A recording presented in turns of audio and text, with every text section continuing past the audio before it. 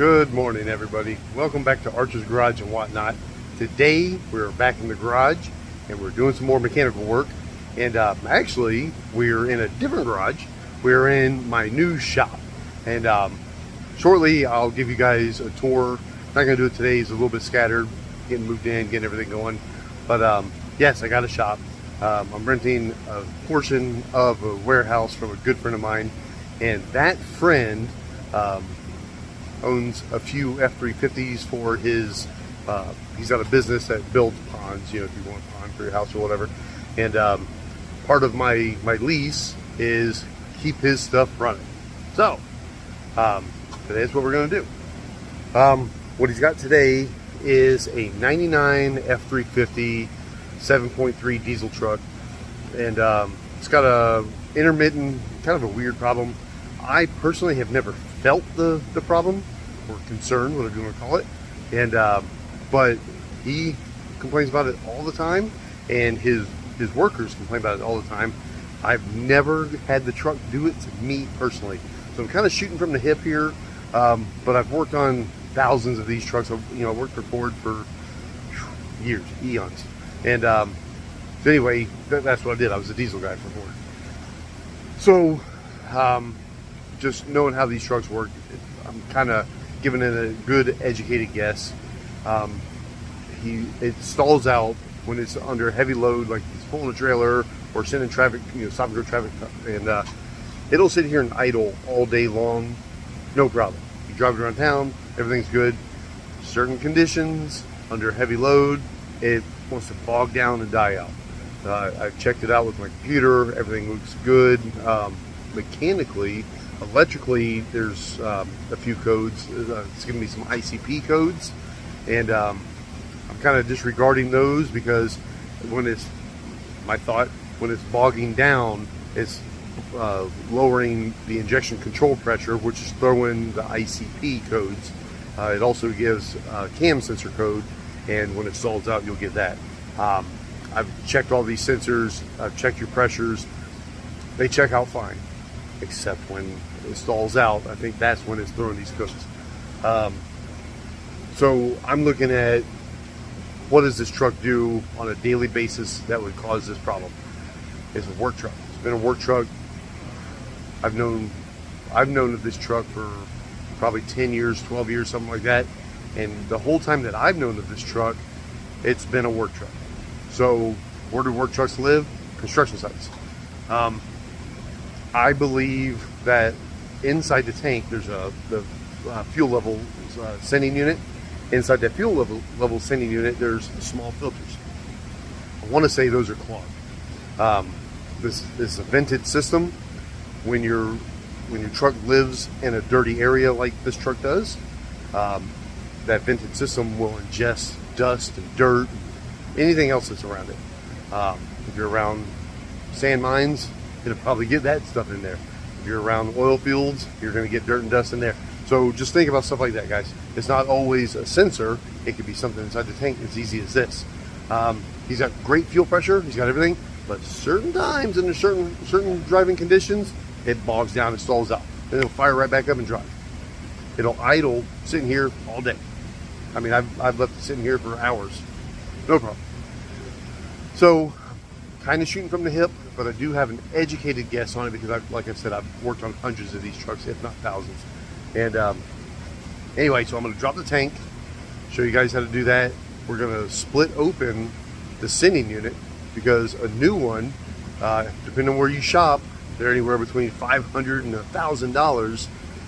And these filters are 15 bucks, something like that. I'm not going to spend that kind of money for a $15 filter. I'm going to take it apart, I'm going to clean it. If it fixes it, then we might talk about getting new filters, but we just want to see what's going on. We didn't have time to get new filters before I started this video, and you know, he's always on the run with this truck, always going. We just happened to hit a day where the truck was low on fuel, and two, I have the day off. So when you get two things going together like that, you take advantage of it, because this truck's always on full, which, rule of thumb, if you've got to drop a tank, it's going to be full. We hit it right. This truck is low on fuel today. So we're going to start with drop in the tank. We're gonna crack the sending unit open. We're gonna go from there. So let's get started. So sometimes when I was at the dealer, I would get lucky enough and I can pull the bed, and you'd put a 5-gallon bucket under the tire on the driver's side, and you jack it up and you can get to the send unit. This truck has been used as a truck for many, many years. And you see the bolts that hold the bed down. I'm not even gonna try to get to those. And all the gear that's back here. So yeah, no, not gonna happen. So yeah, I'm pulling the tank. And like I said, it's empty. It might have a gallon in it. I can deal with a gallon. First things first. Well, no. First things first, make sure your fuel level is very low. First things second,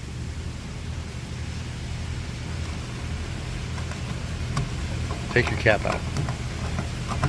Right? So you've got these 3 screws here. Take that loose. So the filler neck is loose in there. So it's kind of wobbly. Give you some room to work.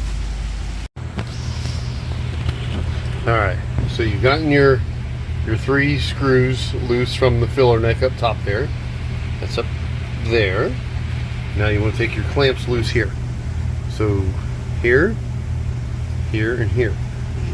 This one, all he does is hold this to the body. See this piece here?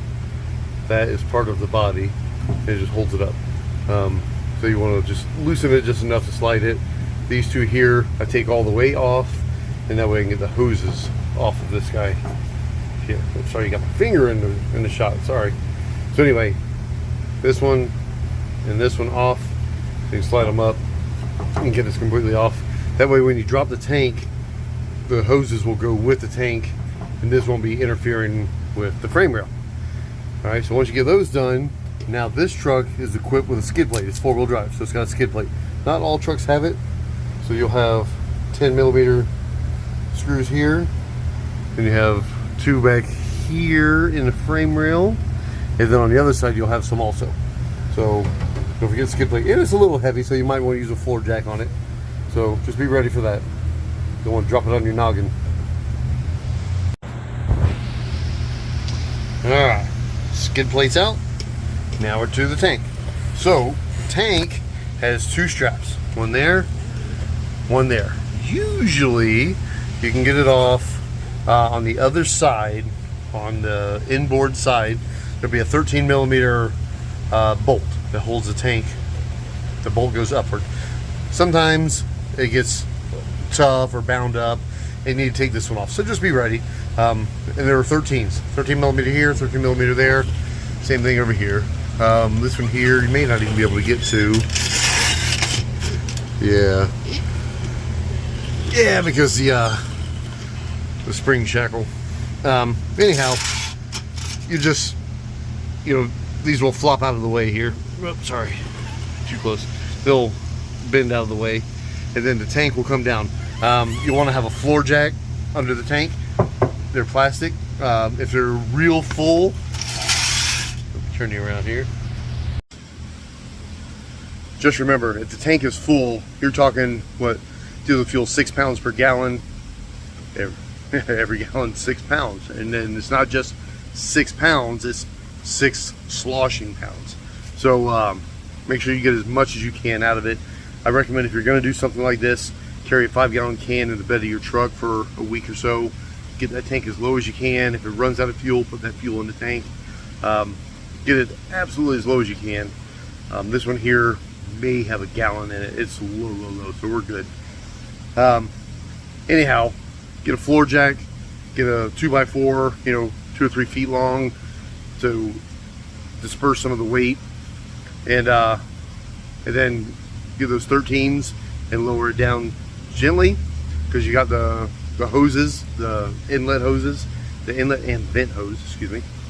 They're going to want to snake down, and then you've got your wires going to the sending unit, and then the feed lines for the truck. So you got a lot going on here. Just be very, very slow, methodical with it. It sounds like a lot, but it's not. It seems like it could be overwhelming, but once you see it, it's not too bad. Like I said, a floor jack, good 2x4, and maybe a buddy or two. It's not too bad.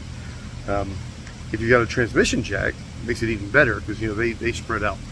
So what I'm gonna do with the floor jack and the 2x4, easy enough. So, all right, let me get set up. I'll be back. All right, now the tank is down. It's on the ground. Now you take your handy dandy little fuel tank removal clips. Just find out which one's the right one. And inside of here, let me get the light set up right. There. Not one to cooperate. Here we go. Alright. So you'll move this clip down, forward, and then out. So it kind of just clips in there. Now inside of here, it's kind of hard to see. Where it clips on there, there's a spring inside this one, and it clips on to the hard line. And the way these work is they expand the spring that's in here, that's mounted on, or that fastens onto the hard line, it expands it and you pull it off. Sometimes if you get an older truck like this, it'll get a little bit rusty or a little bit stiff. You gotta have to move that tool around a little bit and move the line around a little bit. So sometimes you might even have to spray some WD-40 or blaster or whatever you got sprayed in there. But anyway, so you put the tool in, move it around a little bit. Sometimes push the line forward to free up the spring, and then boop, it'll pop off.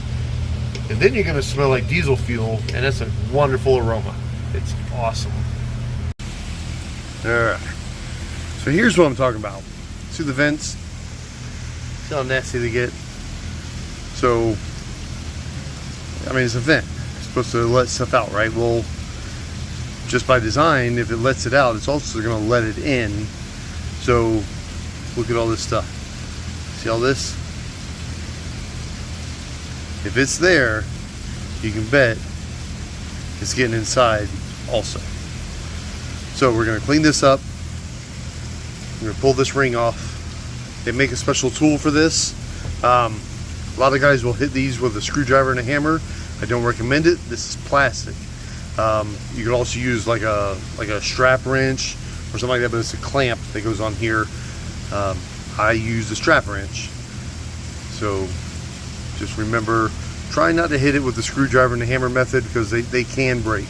Also, before you do all that, blow all this off with an air line. And here was, see all this? You don't want that getting in your tank. That's why we're here in the first place, right? We're gonna clean these guys, blow all this off, and get the sending unit out, and clean the filters that are inside it. Alright. So first things first, this should be attached to this, but the hose just crumbled in my hand. I got the clamp off and it's just apart, so we're gonna have to get that. We're gonna have to get this piece here, get that attached. But our main thing that we're trying to do today is I want to get this bottom piece out, because the filters that I want to look at are in here. So you can be very, very gentle and pry up on this, get this clip to go that way. See what I'm talking about? So it's just like a little hose barb type deal, and it's plastic. So you should be very, very gentle, because remember, it is old and brittle. You're just going to go as slow as possible to not damage it. Alright, so we got it apart. These are what's up in there. These are the screens. They weren't as bad as I thought they would be. I thought they would be just slam full of stuff. You still see some but they're not as bad as I thought they would be. Whoop, sorry. Still see some trash in there. Where I do see some trash though is up in here.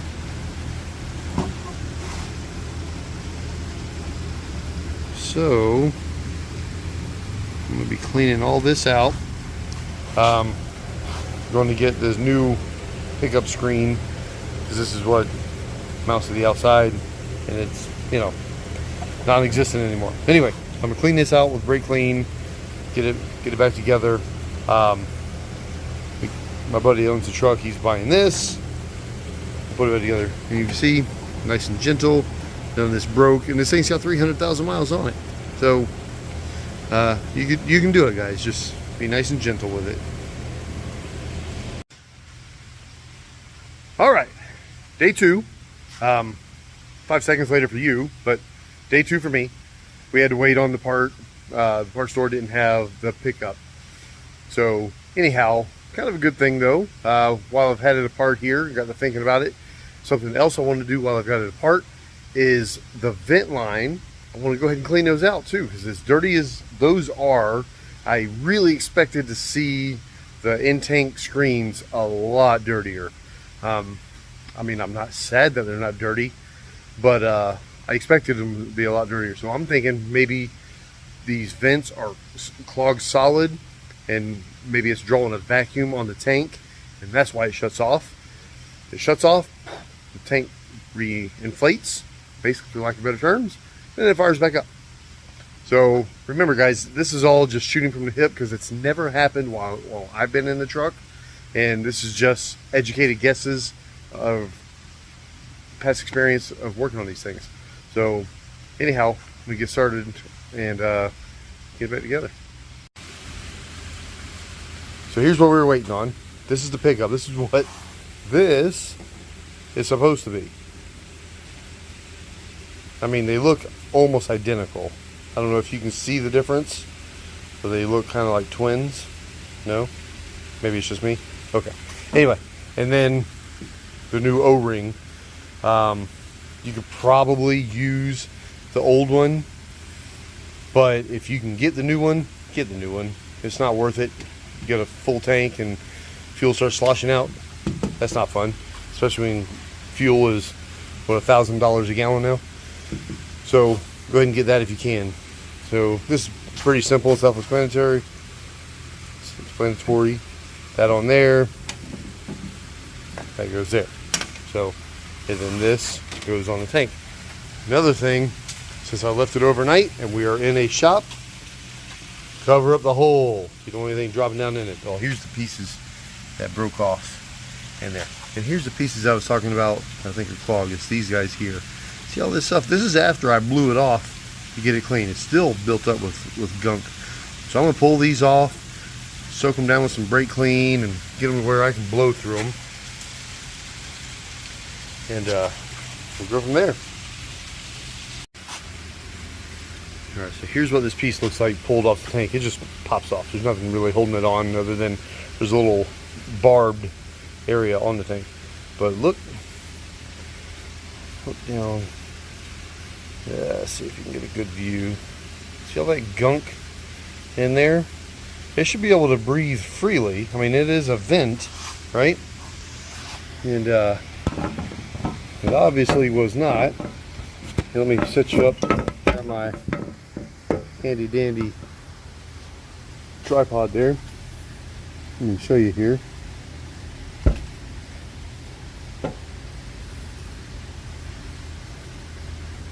See all that garbage in there?